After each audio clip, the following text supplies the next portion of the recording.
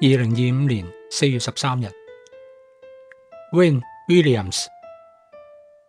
2025年4月9日喺美國參議院聽證會中，聲稱 Meta 高層包括首席執行官朱克伯格為咗喺中國建立價值180億美元嘅業務，採取咗一系列秘密行動，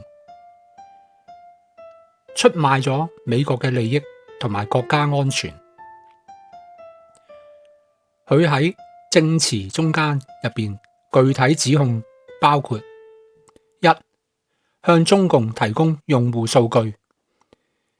並為中共訂製咗審查工具，允許中共監察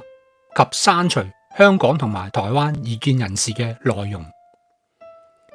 二、係以 Meta 嘅 Llama 模型協助中共研發 DeepSeek。就上述事件文卜，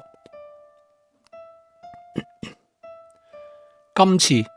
Facebook 嘅不當經營事件，因此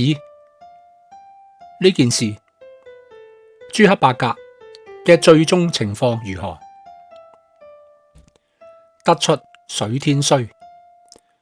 卦象顯示久旱3年，草木不生，雌性空乏，無以功名。意思係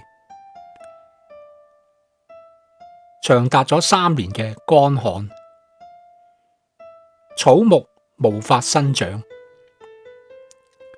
祭祀用嘅穀物同埋裝嘅器具全部都空空如也，無法供奉神靈。按卦象，以下係我個人嘅推斷：上天不再眷顧朱克伯格啦，Meta 係會被追究罪責。此事之後 ，Instagram 同埋 WhatsApp 可能要從 Meta 中被剝離，公司嘅業績一落千丈，可能好快會長期出現虧損，而且亦難以扭轉頹勢。朱克伯格此人惡貫滿盈，